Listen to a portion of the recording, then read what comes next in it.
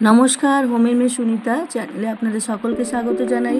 केमन आछेन सबाई? आशा करी ठाकुरेर कृपाय सबाई भालो आछेन। आज के आमी एसेछि आपनादेर माझे एकटा नतून रेसिपि निये संगे एकटा नतून गल्प बोलते आपनारा हयतो भाबबेन जे होमेर में सुनीता चैनलटार नाम देওয়ার कारण कि कारण आमी होमे थेकेछि एबं होम जे आमाके मूल्यबोधटा शिखिয়েছে शिक्षा बोलुन बा मानसिक दिक थेके बोलुन ना केन सेई जोन्नोई आमि आजके देওয়া।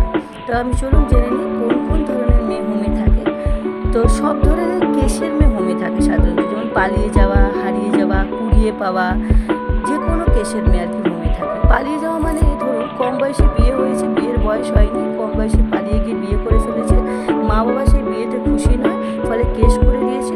কেসের ফলে সেই মেয়েটাকে পুলিশ ধরে জেলে নিয়ে যায়। জেলে তো আর সবসময় পুলিশ রাখতে পারে না, কারণ ওখানে বিভিন্ন ধরনের ধরুন ক্রিমিনাল থাকে, সেক্ষেত্রে হোমে দিয়ে দেওয়া হয়। কারণ কেসটা লং পিরিয়ড ধরে চলে, যখন কেসে ওরা জিতবে বা যখন প্রাপ্ত বয়স হবে বিয়ে, তখন ওদেরকে ছাড় দেয়, তখন ওরা যেখানে ইচ্ছে যেতে পারে, বাপের বাড়ি বা শ্বশুর বাড়িতে। আর হারিয়ে যাওয়া বলতে কী বোঝায়, ধরুন বাড়ি থেকে কোনো মেয়ে বেরিয়েছে তার বাবা মায়ের সাথে বলুন মেলা দেখতে বা আত্মীয় স্বজনের সাথে হারিয়ে গেছে, অথবা কোনো দুষ্টু লোক দেখিয়ে মেয়েটাকে বিক্রি করে দিয়েছে, তখন পুলিশের হাতে পড়লে সেই মেয়েটাকে পুলিশ হোমে দিয়ে দেয়।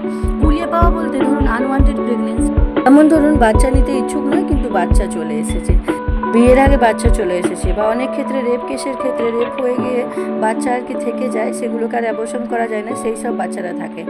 আবার জানেন তো অনেক অনেক কেস আছে এমনি, ধরুন খুব একটা হয় না, 2-3টে বা 4টে, ওই কেসগুলো না জানেন তো বাবা হচ্ছে মেয়ের হচ্ছে স্বামী, এমনি কেসগুলোর বাচ্চা হলেও অনেক সময় হোমে থাকে আর কি। বা খুব কম বয়সী প্রেগনেন্ট হয়ে গেছে, মানে জানেই না সে সম্বন্ধে, সেই বাচ্চাগুলোকে কোর্ট থেকে আর কি রাখে।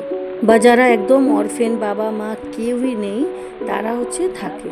এবার আরেকটা আগে থাকতো, এখন আর থাকে না, ধরুন বাবা আছে মা নেই, মা আছে বাবা নেই, অথবা ধরুন হচ্ছে বাবার মা নেই, বাবা দ্বিতীয় বিয়ে করেছে, বা এই ধরনের কেসগুলো, বা খুব গরিব পরিবারের মেয়ে, খেতে পায় না, পড়াশোনা করতে পারে না, অনেক ভাই বোন আছে, সেই সব বাচ্চাদেরকেও কিন্তু আগে হোমে রাখতো, যেটা এখন রাখে না আর কি।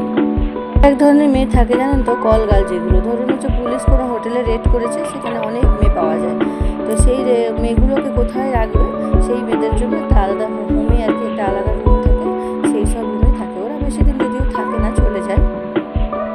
আশা করি আপনাদের কাছে পরিষ্কার হয়ে গেল হোমে কোন কোন ধরনের মেয়ে থাকে। অনেকেই হোমের মধ্যে ঘৃণা করে জানেন তো, তো সেক্ষেত্রে যারা ঘৃণা করে তাদের জন্য সত্যি অ্যাকচুয়ালি জানে না মানুষ, তার জন্যই আর কি নানান ধরনের কথা বলে মানুষ।